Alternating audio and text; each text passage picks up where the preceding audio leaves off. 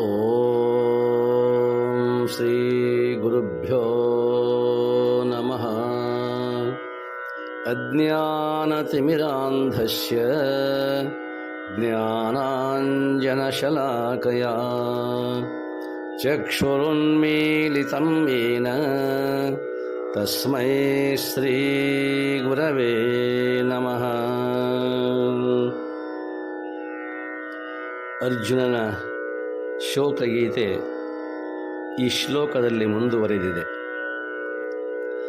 ನಹಿ ಪ್ರಪಶ್ಯಾಮಿ ಮಮಾಪನುದ್ಯಾತ್ ಯಚ್ಛೋಕಮುಚ್ಛೋಷಣಮಿಂದ್ರಿಯಾಣಾಂ ಅವಾಪ್ಯ ಭೂಮಾವಸಪತ್ನಮೃದ್ಧಂ ರಾಜ್ಯಂ ಸುರಾಣಾಮಪಿ ಚಾಧಿಪತ್ಯಂ ರಾಜ್ಯಂ ಸುರಾಣಾಮಪಿ ಚಾಧಿಪತ್ಯಂ.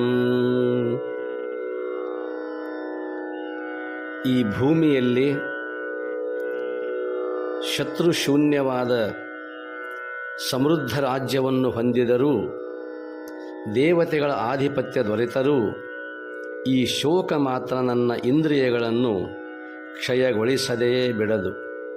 ಈ ಶೋಕ ನಿವಾರಕ ಉಪಾಯ ಯಾವುದು? ನನಗಂತೂ ತಿಳಿಯದು.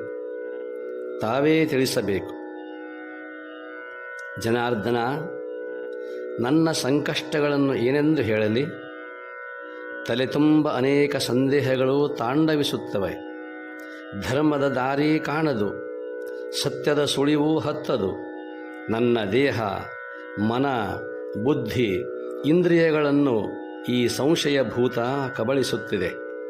ನನ್ನ ಅಂತರಂಗದಲ್ಲಿ ಶೋಕ ಸಂತಪಿಸುತ್ತಿದೆ. ಇಹದ ನಿರಂಕುಶ ಸಾರ್ವಭೌಮತ್ವದಿಂದಾಗಲಿ, ಪರದ ಏಕಹಸ್ತಿಕ ಆಧಿಪತ್ಯದಿಂದಾಗಲಿ ನನ್ನ ಈ ಶೋಕ ಶಾಂತವಾಗದು. ಹೇಳು ಕೇಶವ, ಸ್ನೇಹ ಸೌಜನ್ಯತೆಗಳ ತುಳಿದು ಲಕ್ಷಾಂತರ ಜೀವಿಗಳ ಹರಣ ಹೀರುವ ಯುದ್ಧವಿದು ಧರ್ಮವೇ? ಮಾನವೀಯತೆಯನ್ನು ಉಪೇಕ್ಷಿಸಿ ರಣಭೈರವಿಗೆ ನರಬಲಿ ಈಯುವುದು ಶಾಸ್ತ್ರಸಮ್ಮತವೇ? ಸಾಂಸಾರಿಕ ವ್ಯಾಮೋಹ ತರವಲ್ಲ ಎಂಬ ಕಾರಣವಿತ್ತ ಗುರು ಬಂಧು ಬಾಂಧವರ ಕೊರಳ ಬಿಸಿರಕ್ತ ಈಂಟುವುದು ತತ್ವನಿಷ್ಠವೇ? ನಮ್ಮ ಸ್ವಾರ್ಥ ಸಾಧನೆಗಾಗಿ ಧರ್ಮದ ಮುಖವಾಡ ಹೊದ್ದು ನಮ್ಮ ಸೋದರರ ಅಮಾನುಷ ಕೊಲೆಗೈಯುವುದು ನೀತಿಯೇ? ಋಷಿಕೇಶ, ಅಹಿಂಸೆ, ಸಹಾನುಭೂತಿ, ಸಹನಶೀಲತೆಗಳನ್ನು ಕ್ಷತ್ರಿಯನಾದ ನಾನು ವರಿಸಬಾರದೆ? ಹಾಗೆ ಮಾಡಿದರೆ ಅದು ಅಧರ್ಮವೆನ್ನುವಿಯಾ? ಭಗವಾನ್, ನನ್ನ ಚಿತ್ತು ಸ್ಥಿಮಿತ ತಪ್ಪುತ್ತಿದೆ. ಹಿಂದೆ ಎಂದೂ ತಲೆ ಎತ್ತಿರದ ಶಂಕೆ ಇಂದು ನನ್ನಲ್ಲಿ ಭೂತಾಕಾರ ತಾಳಿದೆ. ಅದರಿಂದ ಉಂಟಾದ ದುಃಖ, ಶೋಕ, ಆಪಾದ ಮಸ್ತಕ ನನ್ನನ್ನು ದಹಿಸುತ್ತಿದೆ. ಸತ್ಯ ದರ್ಶನವಿಲ್ಲದೆ ಕಂಗೆಟ್ಟಿದ್ದೇನೆ. ನನ್ನೆಲ್ಲ ಸಂಶಯಗಳಿಗೆ ಸರಿಯಾದ ಪರಿಹಾರ ನೀಡಿ ಮಾರ್ಗ ತೋರಿಸು ಭಗವಾನ್. ಶಾಂತಿಯನ್ನು ಅನುಗ್ರಹಿಸು ದೇವ. ನಾನಂತೂ ಯುದ್ಧ ಮಾಡಲಾರೆ. ಇದು ಅರ್ಜುನನ ನಿರ್ದಿಷ್ಟವಾದ ನಿರ್ಧಾರ. ಅವನಲ್ಲಿ ಶೋಕ, ಭಯ, ಅಂಜಿಕೆ ಇವೆಲ್ಲವೂ ಇರೋಣದರಿಂದ ಅವನಲ್ಲಿ ಮಾನಸಿಕ ಹಾಗೂ ದೈಹಿಕ ಕಂಪನ ಉಂಟಾಗಿದೆ. ಮುದ್ದುರಾಮ ಹೇಳುವಂತೆ, ಅಂಜಿದರೆ ಅದು ನರಕ, ನಂಬಿದರೆ ಅದು ನಾಕ, ಅಣಿಗೊಳಿಸು ಈ ಮನವ ದೈವತ್ವದೆಡೆಗೆ.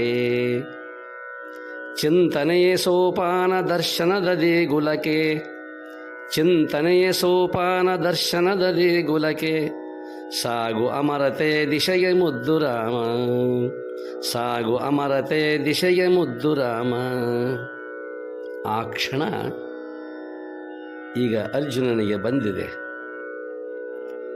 ಅವನು ಅಮರತ್ವದ ಕಡೆಗೆ ಹೋಗಬೇಕಾಗಿದೆ, ಅಥವಾ ಅವನನ್ನು ತೆಗೆದುಕೊಂಡು ಹೋಗಬೇಕಾಗಿದೆ. ಇದೆಲ್ಲವನ್ನು ಕೇಳಿದ ಭಗವಂತ ಮುಂದೆ ತನ್ನ ಮಾತುಗಳನ್ನು ಹೇಳಬಯಸುತ್ತಾರೆ. ತತ್ಪೂರ್ವದಲ್ಲಿ ಸಂಜೆಯ ಮಧ್ಯದಲ್ಲಿ ಕ್ರಿಕೆಟ್ ಕಾಮೆಂಟೇಟರ್ ಅಂತೆ ವೀಕ್ಷಕ ವಿವರಣೆಯನ್ನು ನೀಡುತ್ತಿದ್ದಾನೆ ಧೃತರಾಷ್ಟ್ರನಿಗೆ ಸಂಜಯ. ಧೃತರಾಷ್ಟ್ರ, ಅರ್ಜುನನು ಈ ರೀತಿ ಕೃಷ್ಣನಿಗೆ ವಿನಂತಿಸಿ ನಾನು ಯುದ್ಧ ಮಾಡಲಾರೆ ಎಂದು ಹೇಳಿ ಸುಮ್ಮನಾದ. ಉದಾಸೀನ ಭಾವ ತಾಳಿ ಭಗವಂತನ ಪಾದ ಬಳಿ ಕುಸಿದು ಕುಳಿತ. ಹೀಗೆ ಎರಡೂ ಸೇನೆಗಳ ನಡುವೆ ಹತಾಶನಾಗಿ ಕೈಚೆಲ್ಲಿ ಕುಳಿತ ಅರ್ಜುನನ ಸ್ಥಿತಿ ಕಂಡು ಶ್ರೀಕೃಷ್ಣನು ಮನದಲ್ಲಿಯೇ ಮರುಗಿದ. ಹೊರಗೆ ಮಾತ್ರ ತೋರಿಕೆಯ ನಗುವಿನೊಂದಿಗೆ ಮಾತನಾಡಲು ತೊಡಗಿದ. ಇದು ಸಂಜಯನ ಮಾತು. ಏವಮುಕ್ತ್ವಾ ಹೃಷೀಕೇಶಂ ಗುಡಾಕೇಶ ಪರಂತಪ ನ ಯೋತ್ಸೈತಿ ಗೋವಿಂದಂ ಉಕ್ತ್ವಾ ತೂಷ್ಣೀಂ ಬಭೂವಃ. ತಮುವಾಚ ಹೃಷಿಕೇಶಃ ಪ್ರಹಸನ್ನಿವ ಭಾರತ ಸೇನಯೋರುಭಯೋರ್ಮಧ್ಯೆ ವಿಷೀದಂತಂ ಇದಂ ವಚಃ. ಯುದ್ಧವಿದು ನರಮೇಧ, ಹಿಂಸೆಯ ವಿಕಟ ನೃತ್ಯ. ಆದ್ದರಿಂದ ಯುದ್ಧ ಮಾಡಲಾರೆ ಎಂದು ತನ್ನ ಸಹಜ ನಿರ್ಣಯ ತಿಳಿಸಿದ್ದರೆ ಭಗವಂತನು ಮರುಕಪಡುವ ಪ್ರಮೇಯವೇ ಉಳಿಯುತ್ತಿರಲಿಲ್ಲ. ಅರ್ಜುನನ ಮಾತುಗಳಲ್ಲಿ ಭಗವಂತನು ದಟ್ಟವಾದ ಮೋಹ ಕಾರ್ಮೋಡಗಳನ್ನು ಕಂಡ. ವೀರಧೀರನಾದ ಪುರುಷ ವ್ಯಾಘ್ರನಾದ ಪಾಂಡವನು ಬಂಧು ಬಾಂಧವರ ಪ್ರಾಪಂಚಿಕ ವ್ಯಾಮೋಹದಲ್ಲಿ ಕೊಚ್ಚಿ ಹೋಗುತ್ತಿರುವುದನ್ನು ಶ್ರೀಕೃಷ್ಣನಿಂದ ಸಹಿಸಿಕೊಳ್ಳಲಾಗಲಿಲ್ಲ. ಅವನು ಅರ್ಜುನನ ಸ್ಥಿತಿ ಕಂಡು ಬಹು ಕನಿಕರ ಪಟ್ಟ. ತತ್ವವಿಜ್ಞಾನದ ಅಭಾವವೇ ಇದಕ್ಕೆಲ್ಲ ಕಾರಣವೆಂದು ಗ್ರಹಿಸಿದ ಗೋವಿಂದನು ಅಮರ ತತ್ವಜ್ಞಾನ ಬೋಧಿಸಲು ಮೊದಲು ಮಾಡಿದ. ಅವನ ವೈಖರಿಯ ವಾಣಿಯಿಂದ ಉಗಮವಾದ ಆತ್ಮವಿವೇಚನಾ ಗಂಗೆ 17 ಅಧ್ಯಾಯಗಳಲ್ಲಿ ನಿರರ್ಗಳವಾಗಿ ಹರಿದಿದ್ದಾಳೆ. ಅದರಲ್ಲಿ ಮಿಂದವರ ಮೋಹ ಮಾಲಿನ್ಯ ಮಾಯವಾಗುವುದು. ಅದನ್ನು ಪಾನ ಮಾಡಿದವರ ಮನಸ್ಸು ಪವಿತ್ರ, ಬುದ್ಧಿ ಪರಿಶುದ್ಧ. ನಾವು ಇಲ್ಲಿ ವಿಚಾರ ಮಾಡುವಂಥದ್ದು,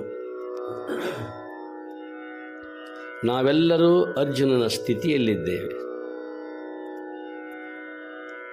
ಮಾನವ ಮಾತ್ರರೆಲ್ಲರೂ ವೈಯಕ್ತಿಕವಾಗಿ, ಕೌಟುಂಬಿಕವಾಗಿ, ಸಾಮಾಜಿಕವಾಗಿ, ವೈಶ್ವಿಕವಾಗಿ ತಮ್ಮ ತಮ್ಮ ಕ್ಷೇತ್ರಗಳಲ್ಲಿ ಸಂದೇಹವನ್ನು ತಾಳಿ ಸಂಕಟಕ್ಕೆ ಈಡಾಗಿದ್ದಾರೆ.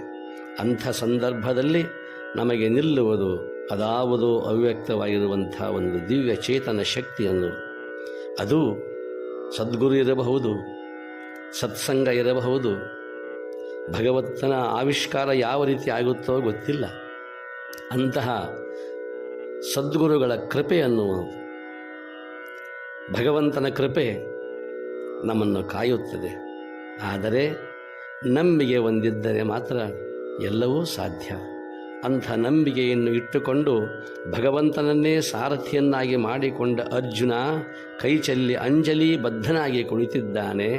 ಅವನ ಆ ಸಂದೇಹ, ಆ ಶೋಕ, ಆ ಮರುಕ ಅದೆಲ್ಲವನ್ನು ಕಂಡು ಭಗವಂತನಿಗೆ ಏನೋ ಒಂದು ತರಹದ ವಿವೇಚನಾ ಶಕ್ತಿ, ಆತ್ಮವಿವೇಚನಾ ಶಕ್ತಿಯನ್ನು, ಆ ಆತ್ಮವಿವೇಚನಾ ಗಂಗೆಯ ಲಹರಿಯನ್ನು ಅರ್ಜುನನಿಗೆ ಹರಿಬಿಡಬೇಕೆಂದು ಇಚ್ಛೆಪಟ್ಟಿದ್ದಾನೆ.